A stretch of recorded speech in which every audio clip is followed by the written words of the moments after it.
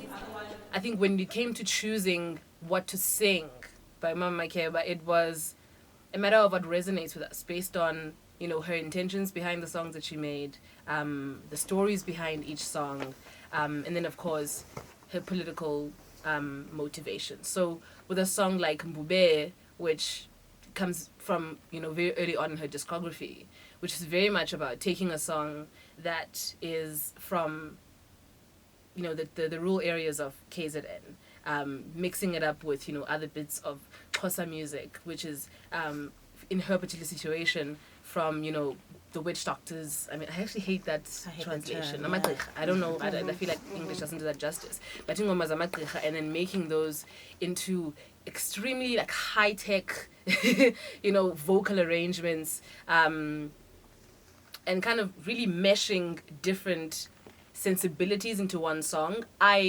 That for me, and how that just essentially comes from just wanting to share traditional music with the rest of the world, resonated deeply with me. And of course we love the arrangement. I think the way that she arranged the songs was really most special.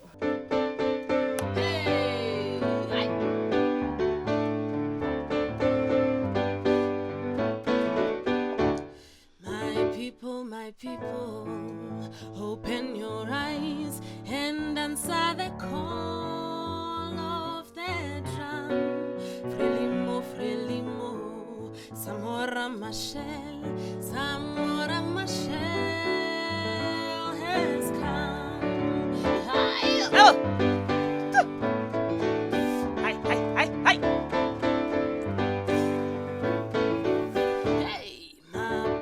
Maputo, home of the brave, our nation will soon be as one. Frelimo, Samora Machel has won.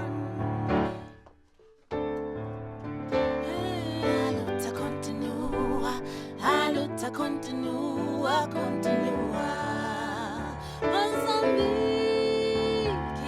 Haluta continua, haluta continua, continua. Mozambique, haluta continua, haluta continua, continua. Mozambique, haluta continua, haluta continua, continua. Oh yeah, no, sorry, I was just running that verse so I can Yeah, we're going from the beginning. muscle memory of it.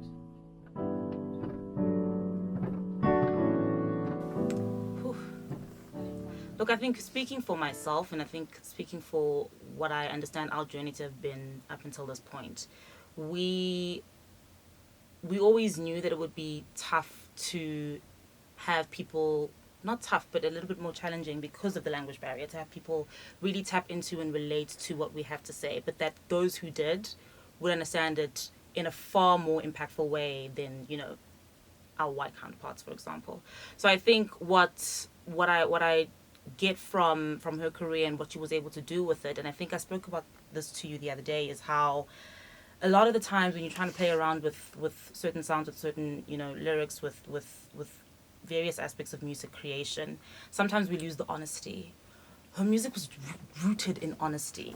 And we had a quickie experience the other day where we're in the process of recording an album, and so we're kind of playing around with various arrangements and various ways to put songs together.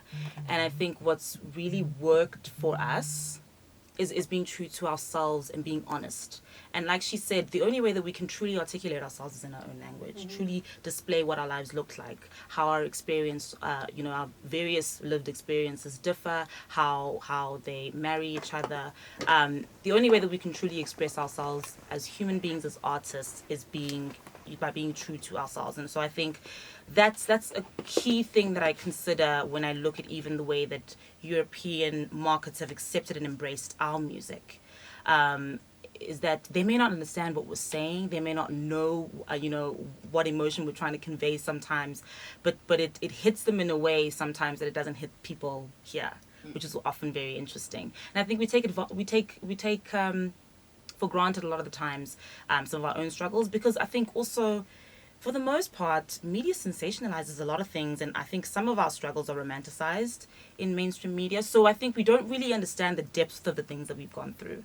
And when some people hear it coming from someone other than themselves or people close to them, they can really kind of get into it a little bit more, relate to it a little bit more. So I think if everything is rooted in honesty, there's no telling where African music can travel. There's no telling what impact it can have, not just on Africans, but on people, globally. And that's what I really hold on to when it comes to our music, and that we're very particular about holding that honesty, holding that integrity, and making sure that it's a consistent kind of, string that weaves itself into every single thing that we make and touch.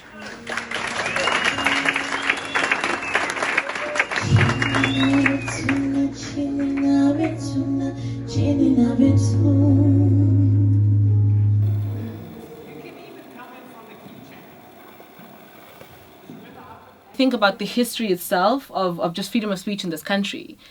It's activism. It's activism to make something, right? Use culture to say things.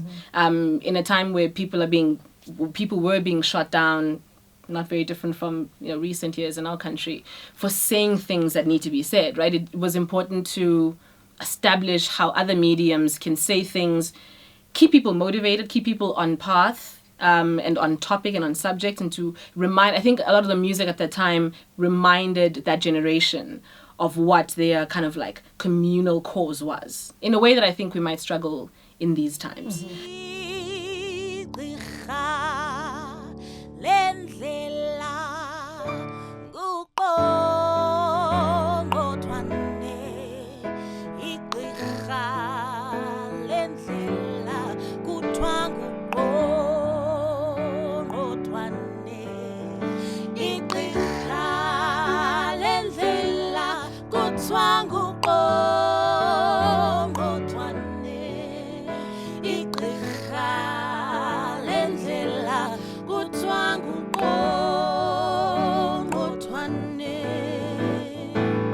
Sele qabele qithapha ayinguqo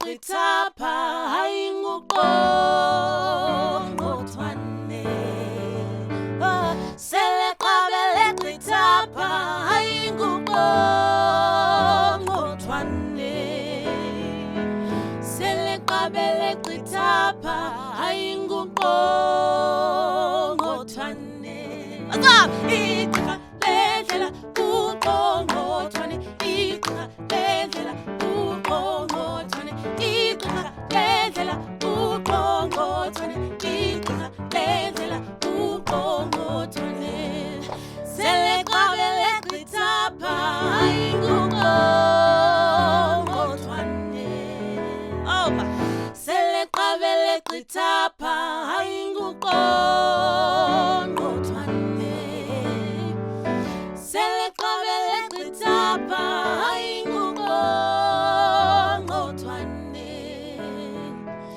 sele qabele qithapha hayi nguqongqothwane. I struggle to think of the ways in which she was kind of memorialized. And yeah, just like thinking about how she fits into, you know, memories and how it's really hard to like place her in the same way that I can place Mandela. Sure. Right? Even though she did so much, she was speaking at the UN, she was essentially like just like Mandela, putting, you know, couldn't really be, you know, with her family in the ways that a lot of other people were. Right? I think it's Sipho Mabuza who tells of a moment where they were leaving Belgium. It was him and Hugh Masekela, and she was walking, she was kind of like sending them off in the airport. And I think she asked him, do you think I'll be able to come home? Because, you know, he was going home and he was going to New York, but I don't really know if he was exiled at the time, to the extent that she was. But how, you know, and he tells of how sad he was for her because he really didn't know. And that we don't really engage how much pain she was in all the time that she was producing and using her voice for this country. Towards the keyboard. Oh, okay. What's your mic? Yeah, cool. Thank you.